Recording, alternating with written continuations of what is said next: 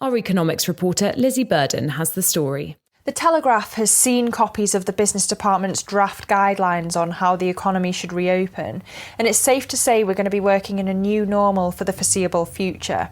So there were 7 documents of advice to shops, offices, then hotels, restaurants and bars, factories, plants and warehouses, people who work in other people's homes like cleaners, couriers and lorry drivers and people who work outdoors.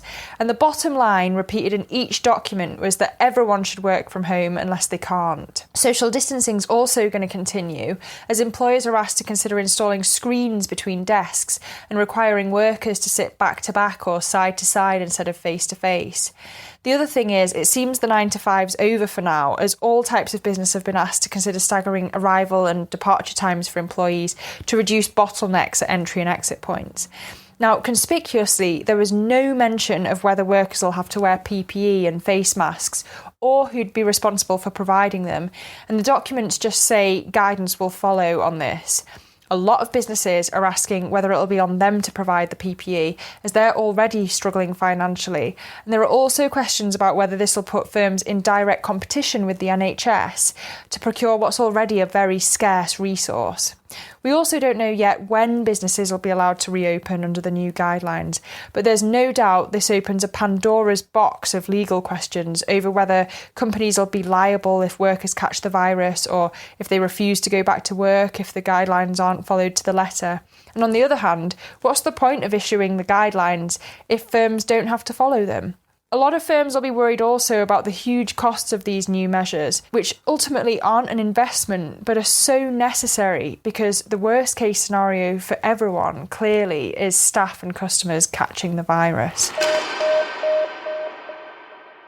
The Telegraph's economics correspondent Lizzie Burden reports. Does the furlough scheme need to be more flexible? That's the complaint levelled at the coronavirus job retention scheme by business groups and think tanks today. They say instead of only some of the workforce being able to work all the time, all the workforce should be able to work some of the time, where possible. I was watching the Treasury Select Committee and the MP for South Cambridgeshire was talking about an agricultural company in his constituency that had to furlough all its staff because they were all so specialised that they all needed to be there together, even if reduced demand because of corona meant they didn't all need to be there as long. Now, a lot of the groups calling for this shift to short-time work say the move would make the scheme cheaper for the taxpayer, but accept that actually the government did a pretty good job of getting the furlough scheme up and running quickly, and inevitably that meant that it would have some policy design flaws. So maybe it's not fair to compare with Germany, for example, which already had a short-time work system set up in 1910 to help with its mining industry. But Sweden's also set up its scheme really neatly so that workers' hours can be cut by 20, 40, 60 or 80%, and the government top-up is then cut accordingly. So the hope of groups like Reform and the CIPD is that the government will now adapt the scheme, just like it did to accommodate self-employed workers, to help the economy gradually get back on its feet, because the economy clearly won't be as easy to switch on as it was to switch off. Lizzie Burden is the Telegraph's economics correspondent.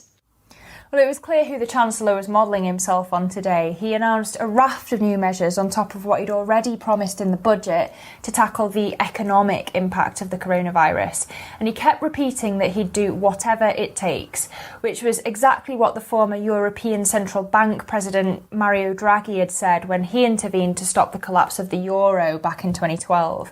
So what was behind those 3 words? Well, Rishi Sunak announced £330 billion in guarantees for businesses, as well as a business rates holiday for a year for all businesses in the retail, hospitality and leisure sectors. And we know that they're really up against it because people are staying at home. So it's not for all businesses, as many people had hoped, but it will make a big difference there. The Chancellor also announced a new lending facility with the Bank of England.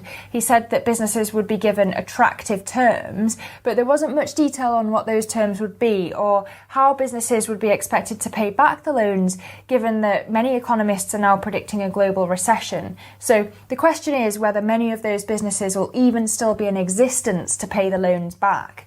But to put the package in perspective, Donald Trump this afternoon announced that his administration was going to go big with an $850 billion spending plan. And he said that he's even considering helicopter money, so putting $1,000 checks through people's letterboxes. But interestingly, as a share of GDP, Rishi's package is bigger than Donald's.